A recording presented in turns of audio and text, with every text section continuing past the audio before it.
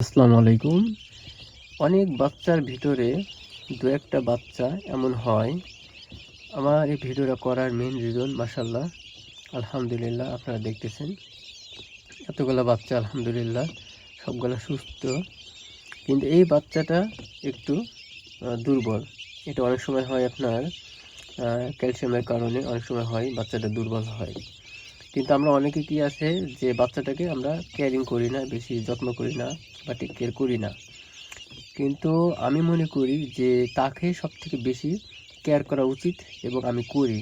আপনারা অবহেলা করবেন না। প্রত্যেকটা জীবনের কিন্তু মূল্য আছে, মানুষ বা পশু। এই ভিডিওটা করার রিজন এটা যে আপনারা যেটা দুর্বল তাকে একটু যত্নটা বেশি করবেন। যারা সুস্থ তারা তো দৌড়াচ্ছে, খাচ্ছে, যেমন তাই করতেছে। কিন্তু যে অচল তাকে আপনারা অবহেলা করেন, অনেকেই কিন্তু মারা যায়। কিন্তু আমি যে অচল তাকে কিন্তু আমি বেশি টেক কেয়ার করি।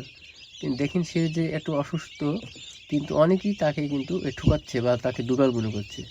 আসলে দুর্বলকে সবাই আঘাত করে, আর সফলকে কেউ আঘাত করতে পারে না, কারণ সে সুস্থ। দেখেন এই আর একটা বাচ্চা ওকে পায়ে ঠুকার দিচ্ছে। তো এই জন্য আমার এই ভিডিওটা করা। আপনারা ভিডিওটা বেশি বেশি শেয়ার করে সকলকে সকলের মাঝে ছড়াই দেন, যেন এমন ধরনের কাজ যেন কেউ না করে। যে যে বাচ্চাগুলো মানে অসুস্থ তাদেরকে অবশ্যই টেক কেয়ার করা উচিত। তো সবাই ভালো থাকবেন, সুস্থ থাকবেন। আল্লাহ হাফেজ।